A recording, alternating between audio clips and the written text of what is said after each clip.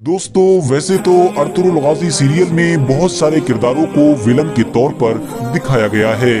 लेकिन विलन का जो किरदार सबसे ज्यादा खतरनाक और सबसे ज्यादा डरावना है वो सिर्फ और सिर्फ नोयान का है, जिसको सीरियल में मंगोल फौज के एक कमांडर के तौर पर दिखाया गया है। एक ऐसा कमांडर कि जो काई कबीले के साथ साथ पूरी सल्जूकी सल्तनत पर भी कहर बनकर नाजिल होता है। नोयान नाम का ये कमांडर सल्जूकी सल्तनत में रहने वाले लोगों पर हद से ज्यादा जुल्म सितम करता है। यही वजह है कि अर्तुरुल गाजी नोयान नाम के इस खतरनाक और जालिम कमांडर से एक लंबे वक्त तक मुकाबला करता है, और खुशकिस्मती से काई कबीले के साथ साथ पूरी सल्जूकी सल्तनत भी इससे छुटकारा हासिल करने में कामयाब हो जाती है। लेकिन दोस्तों सभी लोगों को हैरानी उस वक्त हुई कि जब अर्तुरुल गाजी सीरियल के चौथे सीजन में अचानक से एक बार फिर से नोयान को दिखाया जाने लगा, और ये बताने की कोशिश की गई कि दूसरे सीजन के आखिर में नोयान मरा नहीं था, बल्कि वो तो सिर्फ और सिर्फ जख्मी हुआ था। इसी वजह से अब ज्यादातर लोगों के दिमाग में ये सवाल भी आने लगा है कि आखिर इतिहास में नोयान की मौत कब और कैसे हुई थी, और वो कौन इंसान था कि जिसने नोयान जैसे खतरनाक इंसान को कत्ल किया था। और क्या सच में नोयान बिल्कुल ऐसा ही था कि जिस तरह का उसको अर्तुरुल गाजी सीरियल में दिखाने की कोशिश की गई है।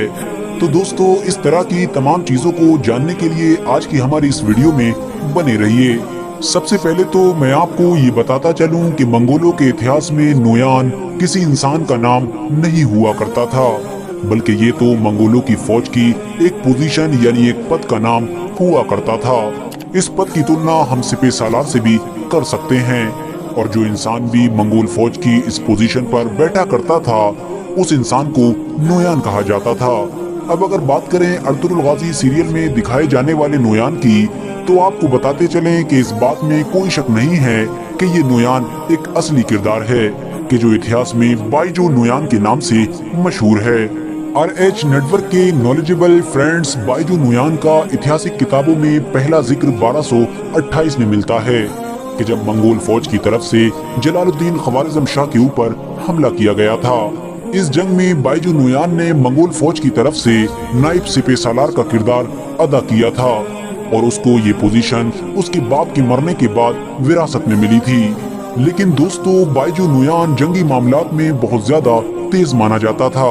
यानी लड़ाई और चालबाजी के मामले में उस दौर में मंगोल फौज में इसका कोई भी मुकाबला नहीं कर सकता था।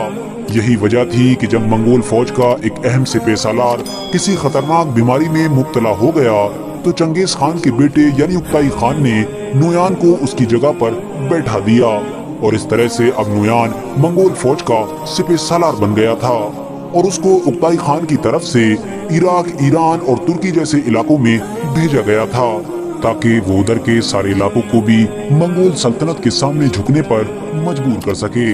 लेकिन दोस्तों नोयान ने मिडिल ईस्ट की जिम्मेदारी मिलते ही सल्जूक सल्तनत की ईंट से ईंट बजा दी थी, उधर के रहने वाले लोगों का जीना दुश्वार कर दिया था। जुल्म सितम की वो हदें पार कर दी थी कि जिनको बयान करना भी एक मुश्किल काम है। साथ ही साथ सल्जूक सल्तनत के सुल्तान यानी गयासुद्दीन कैखुसरो को इस बात पर मजबूर किया था कि सुल्तान खुद मंगोलिया जाकर चंगेज खान के बेटे यानी उक्ताई खान की इताअत कबूल करें, और सल्जूक सल्तनत न सिर्फ मंगोलों को टैक्स दे बल्कि उनकी उन सारी शर्तों को भी माने कि जो वो सल्जूक सल्तनत पर लगाना चाहते हैं। लेकिन सुल्तान गयासुद्दीन कैखुसरो ने नोयान की इन सभी शर्तों को मानने की बजाय उससे जंग करने का फैसला किया, और आखिरकार 1243 में नोयान और सल्जूक सल्तनत के बीच बड़ी जबरदस्त जंग हुई, जिस जंग को इतिहास में बोजदाद की जंग के नाम से जाना जाता है।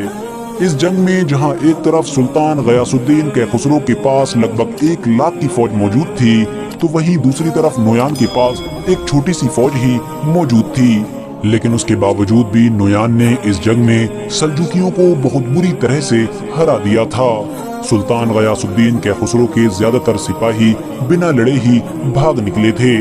इस जंग से जहां एक तरफ सल्जूक सल्तनत को बहुत ज्यादा नुकसान हुआ था, तो वहीं दूसरी तरफ नोयान बहुत ज्यादा मशहूर हो गया था। उसकी बहादुरी और होशियारी के चर्चे पूरी मंगोल सल्तनत में होने लगे थे। बोजदाद की जंग में फतह हासिल करने के बाद नोयान ने बगदाद शहर पर भी 2 बार हमला किया था, लेकिन दोनों बार ये हमला पूरी तरह से नाकाम रहा। लेकिन याद रहे कि ऐतिहासिक किताबों में बाइजू नुयान का जिक्र 1258 में बगदाद पर होने वाले उस हमले में भी मिलता है कि जो हमला हलाकू खान की तरफ से किया गया था। लेकिन इस जंग में नुयान खुद भी हलाकू खान के अंडर ही में लड़ रहा था। अब अगर बात करें नुयान की जिंदगी के आखिरी वक्त के बारे में, यानी नुयान की मौत कैसे हुई थी, तो आपको बताते चलें कि इस बारे में इतिहासकार अपनी अलग अलग राय रखते हैं। कुछ इतिहासकारों के मुताबिक बाइजू नुयान को हलाकू खान ने फांसी पर चढ़ा दिया था, क्योंकि हलाकू खान को ये शक हो गया था कि शायद बाइजू नुयान अंदरूनी तौर पर बगदाद के खलीफा मोतसिम बिल्ला से मिल चुका है। वहीं दूसरी तरफ कुछ इतिहासकारों की माने तो बाइजू नुयान ने इस्लाम कबूल कर लिया था, यानी वो मुसलमान हो गया था